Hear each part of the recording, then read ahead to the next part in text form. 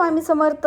आजची रेसिपी आहे मस्त असा ढोकळा, जाळीदार आणि एकदम सॉफ्ट झालेला. आतमध्ये जाळी बघू शकता.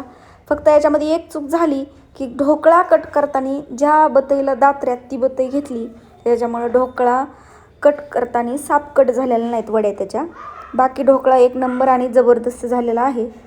तर आता आपण बनवूया त्याची रेसिपी. कशी बनवला मी तर 1 कप पाणी घेतलं, त्याच्यात चवीनुसार मीठ टाकून घेतलं आणि 1 चमचा पिठी साखर, म्हणजे 2दा करून घेतली मी साखर. अर्धा चमचा पिठी साखर टाकून घेतली की नंतर याच्यामध्ये 1 टोपण व्हिनेगरचं टाकायचं. 1 टोपण म्हणजेच 1 चमचा.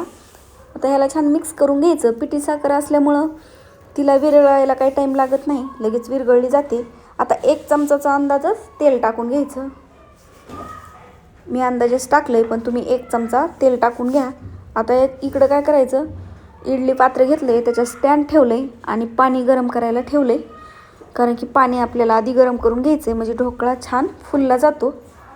तर आता बेसन पीठ टाकून घेऊया पाण्यामध्ये आणि एक साईडकूनच याला फेटून घ्यायचं आहे, म्हणजे काय होतं गाठी बनत नाही. तर मस्त असा फुल्लं पीठ होतं, छान एकदम सॉफ्ट. आणि थोडं पाणी टाकून छान फेटून घ्यायचं. जेवढं जास्त फेटून घेता तेवढं पीठ छान फुलतं. आणि आपण विनो तर वापरणारच आहेत. इनो वापरल्यावर तर छान फुलणारच आहे. पण ढोकळ्याचं काय झालं आहे, प्रमाण मी थोडासाच बनवला आहे. थोडंच पीठ घेतलं आणि जो ढोकळा बनवण्यासाठी डब्बा घेतला का तो खूप मोठा होता रुंदीला. बारीक रुंदीचा असेल तर ढोकळ्याची उंची आणखी मोठी दिसणार आणि आणखीन त्याला जाळी तुम्हाला जास्त दिसून येणार. त्याच्यामुळं भांडं आणि बतई ह्याची चूक झाली, बाकी ढोकळा अप्रतिम. तर आता याच्यामध्ये टाकली बघा आपण इनो पुडी. तर इनो पुडी टाकल्यानंतर काय करायचं, थोडंसं पाणी टाकून घ्यायचं, म्हणजे आपला इनो लगेचच ॲक्टिव्ह होतो. आणि इनो टाकल्यानंतर मस्त असं बॅटर फुललं जातं. आणि आता इनो टाकून ह्याला छान फेटून घेतलं आहे. बॅटर आपलं छान फुललेलं आहे. तर आता काय करायचं आहे, आपल्याला बघू शकता या पद्धतीचं बॅटर बनवून घ्यायचं आहे. जास्त घट नाही, जास्त पातळ नाही.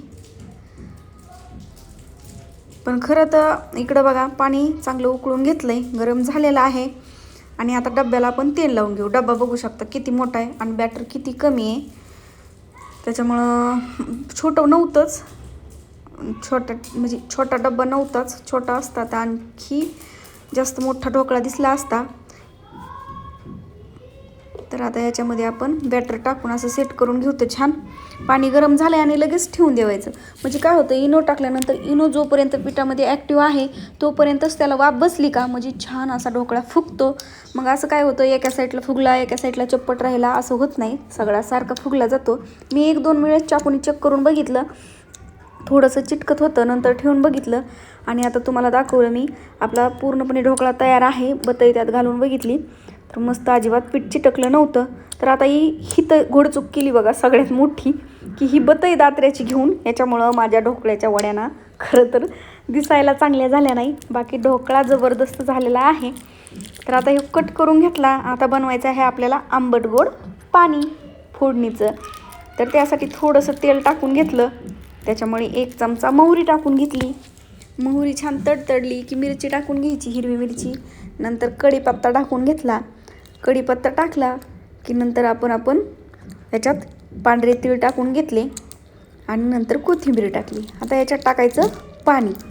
ढोकळा बनवताना ह्या पाण्याची सगळ्यात जास्त गरज असते, कारण की ढोकळा असा तोटरा बसू शकतो. त्याच्यामुळं जास्त पाणी घेऊन ढोकळा खाल्ला का मस्त चव पण भारी लागते.